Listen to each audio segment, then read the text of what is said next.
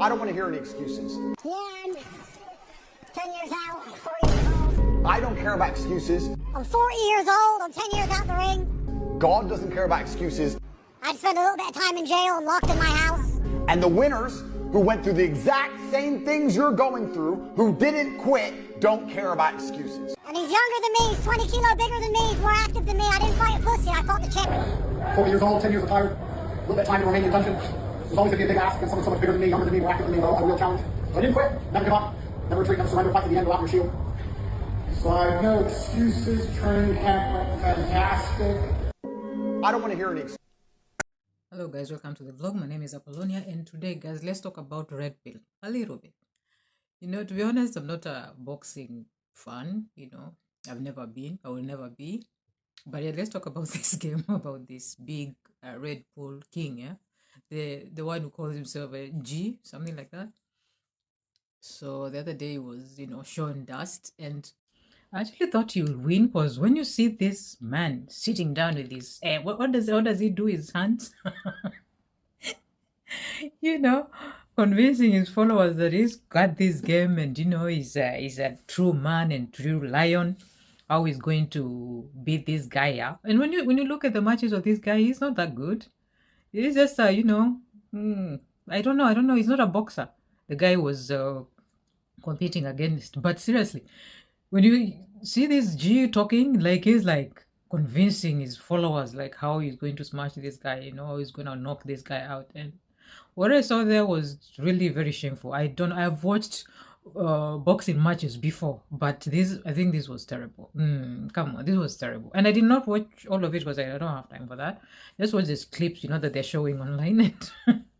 Okay, it's pathetic, to be honest. It's pathetic, and his mouth is not where his actions are. Like, it was terrible. Anyway, guys, comment down below. Let's watch some clips here of people reacting on TikTok, and yeah, comment down below and tell us what you think about this mess.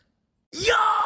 So if you haven't been paying attention, Tate got beat by Chase Demore in Misfits Boxing.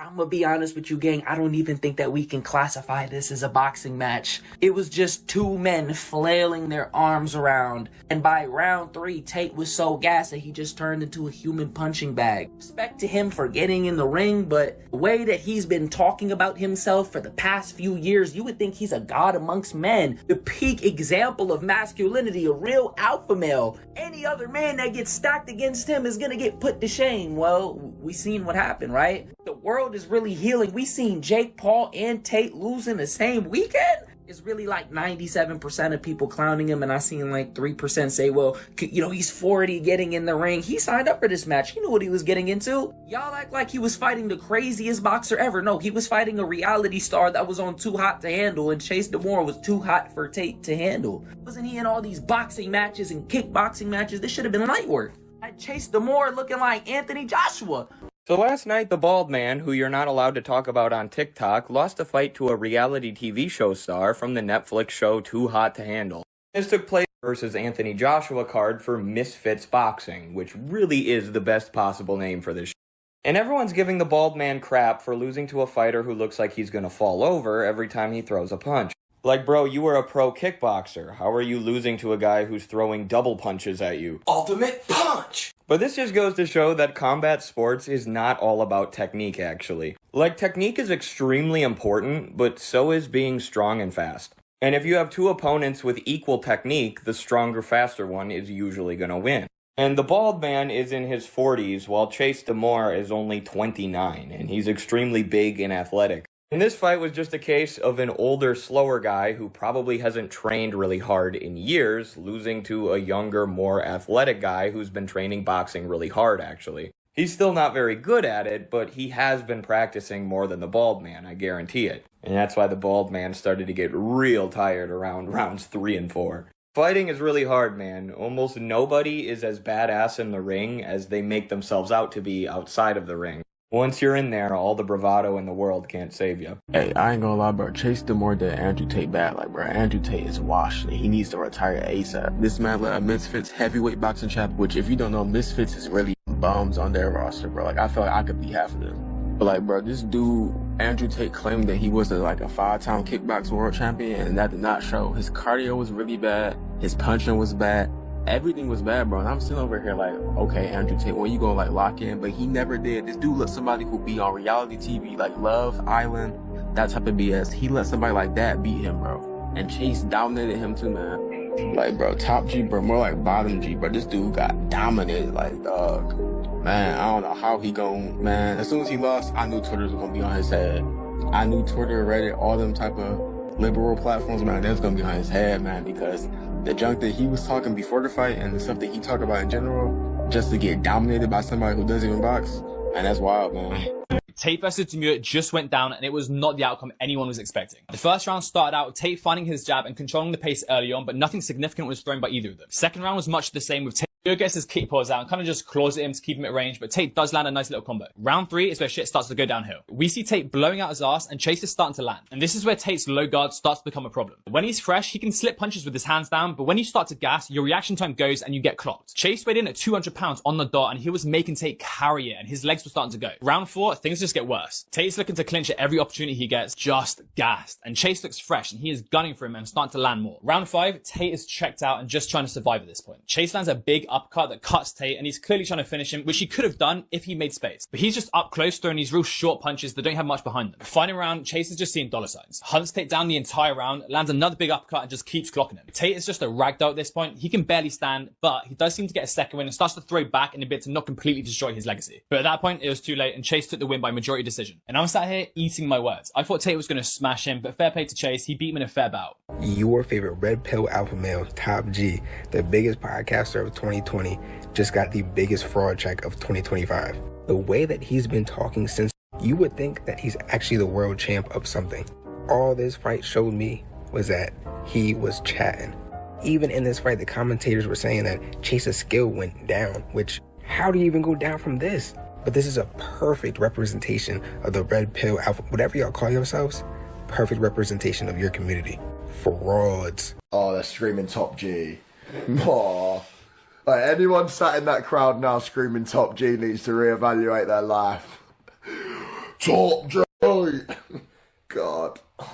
So cringe. How can you refer to another match? Yeah.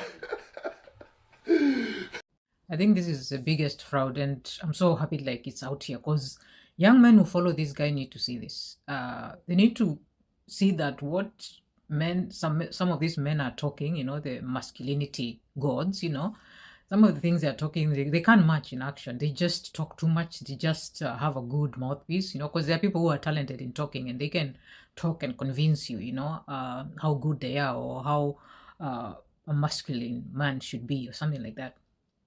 So I think this is a good sign, you know. I'm happy this happened, because probably some of his fans are going to be asking themselves questions like, are we okay?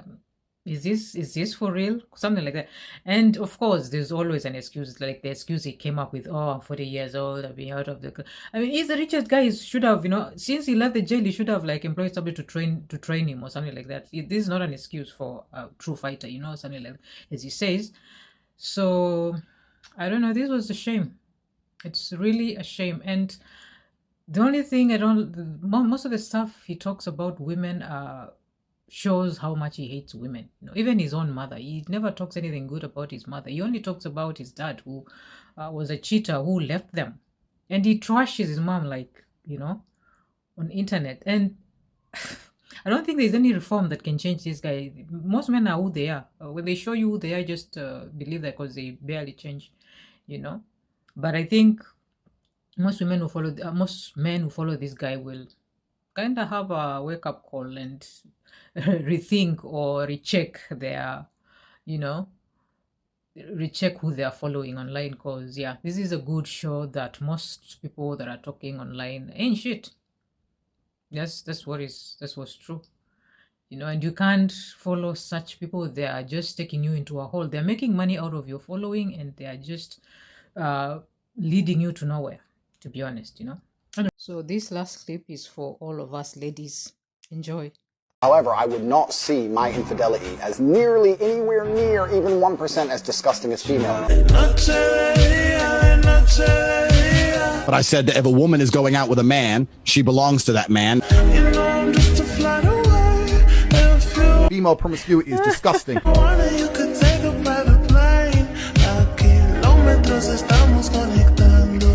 If a woman has 10 men, it's disgusting. All cheating scenarios, 100% the blame is always on the female. Look after yourselves. When was the last time you put some makeup on? Do some burpees. You got fucking gut. Sort yourself out so you can end that confusion bullshit.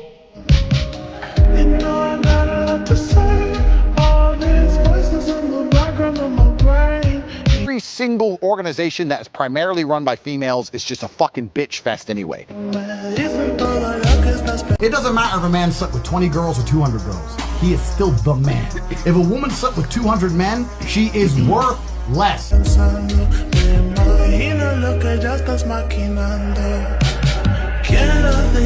For the rest of the day, if you don't end up in a fucking grave, if you want to sleep in the house where I have to pay fucking bills, you're gonna shut the fuck up, you little prick. Because this is my fucking world, and you exist in my world. You think you're smart enough to live on your own, fucking run away from home. But if you don't want to play that game, shut the fuck up or I'm gonna hurt you.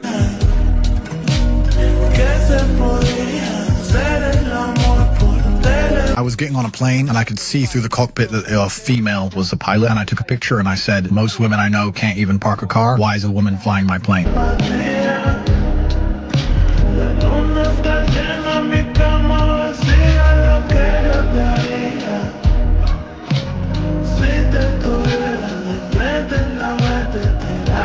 Well guys, comment down below what you think about this video. I hope you enjoyed and see you in the next one. Paka paka.